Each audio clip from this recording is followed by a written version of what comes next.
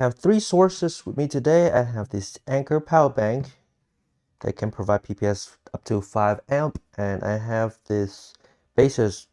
This claimed to be 160 watt, but when you plug it in, it's actually only 140 watt per port. Also can do PPS 5 amp, and I got this trusty Ugreen 140 watt. This is the one we've been using a lot to test PocketPD. This is also 5 amp up to 21 volt.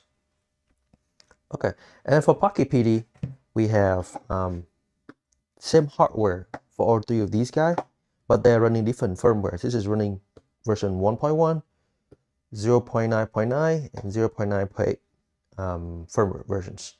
And you know, this test is going to show that it's not really firmware dependent, because how it works is tapping into the IDO diode in here that enable us to do load sharing.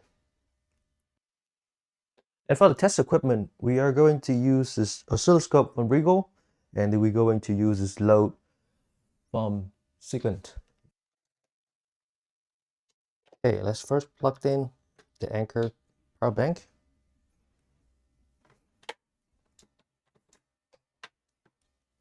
Here's our Ugreen, like so. Here's our bases.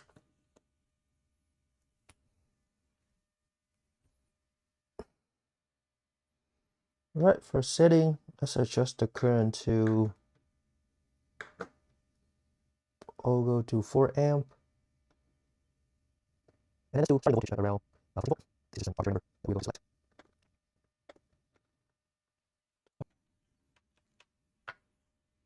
Plugging load.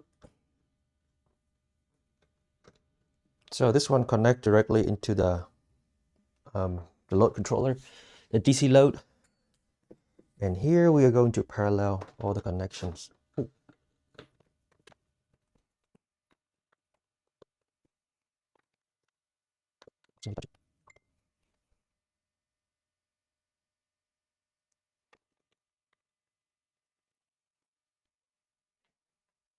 And let me turn the first load on.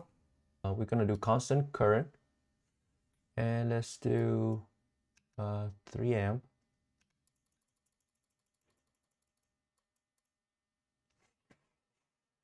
Okay, and I'll bring the load in. So as soon as I press this button, the load will start the output. You can see the bottom unit is currently drawing 3 amp. And let's turn on the second source and also the third source. Now you can see we're currently still drawing 3 amp. Oh, forgot one thing.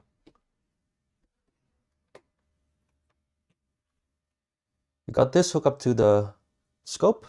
It's currently running AC measurement.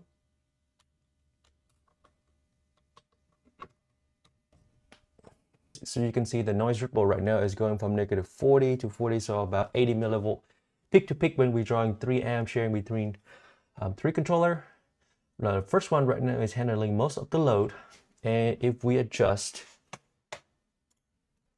the output voltage of one of these guys, so if we drop the output voltage of this, you can start to see that the current reduce and the load will be taken care of by the other charger. So let's set back to 14. See, this one is barely 14. This one is even lower. Let's set up to 14. They're set to 14 now. Now let's increase the load. So we know that each of these device is 4 amps. Total, we can do up to 12 amp. Go to everything view. And let's increase the load. We're at 5 amp now.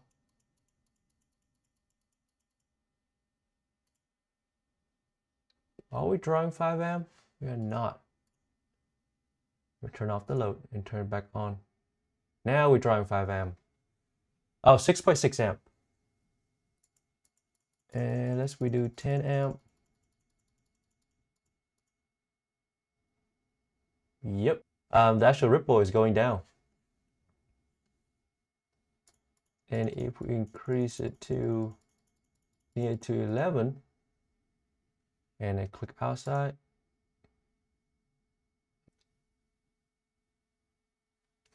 Let's max it to 12 amp, see what happens. We're currently at 12 amp and boom. With 12 amp load and the noise ripple is actually pretty darn good.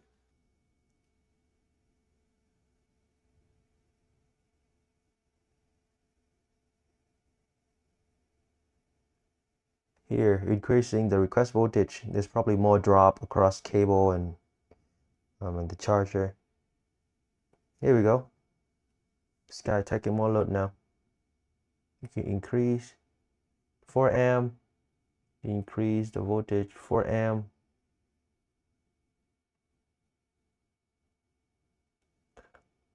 As you can see, they're just bouncing back and forth. Oh, getting there.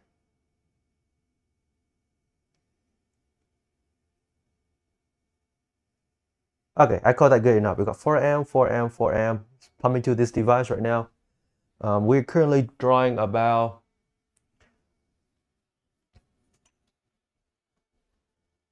160 watt. So 12 amp max. This is our resistance. So that's our total power, 150, 160. So there you go. For this application here, all these are using separate charger. And that is how we're gonna recommend doing this. At the beginning, we didn't know that this device can do load sharing, but through a request from one of our user on GitHub, we throw a quick test, and it seems like it's doing it.